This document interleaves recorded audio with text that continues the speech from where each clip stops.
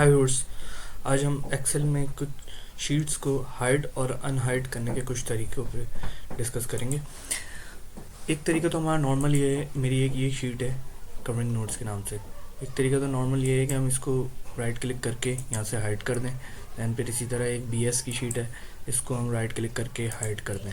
Then फिर जब हमें इसी को अनहाइड करना होगा तो हम लेफ़्ट क्लिक करके राइट क्लिक करके ही अनहाइड पे क्लिक करेंगे और फिर एक पर्टिकुलर शीट्स को सेलेक्ट करके अनहाइड कर लेंगे। सिंपल। एक ये है नॉर्मल हाइड, जो कि आपका फ्रंट एंड से हाइड भी हो सकता है और अनहाइड भी हो सकता है। Alt F11 अगर हम आप Alt F11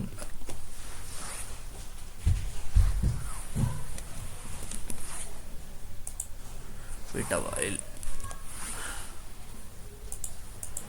Alt F11 पे क्लिक करें और उसके बाद एक तरीका यहाँ से शीट को परमानेंट हाइड या वेरी हाइड कह सकते हैं, जैसे कवरिंग नोट की शीट है। ठीक है, इसमें एक विजिबल का ऑप्शन है। विजिबल के ऑप्शन को अगर हम वेरी हाइड कर दें, वेरी हाइड कर देंगे तो ये शीट यहाँ से बिल्कुल गायब हो जाएगी।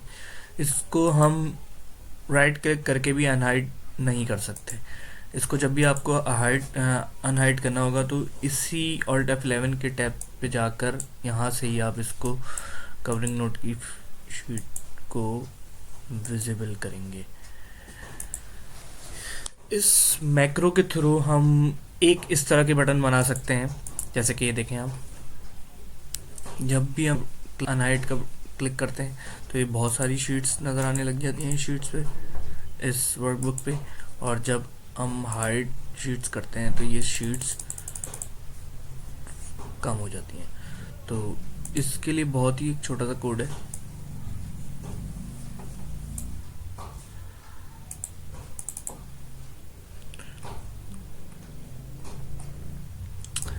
अनहाइड करने के लिए किसी भी सब के अंदर इसको शीट्स की visible is equals to sheet visible.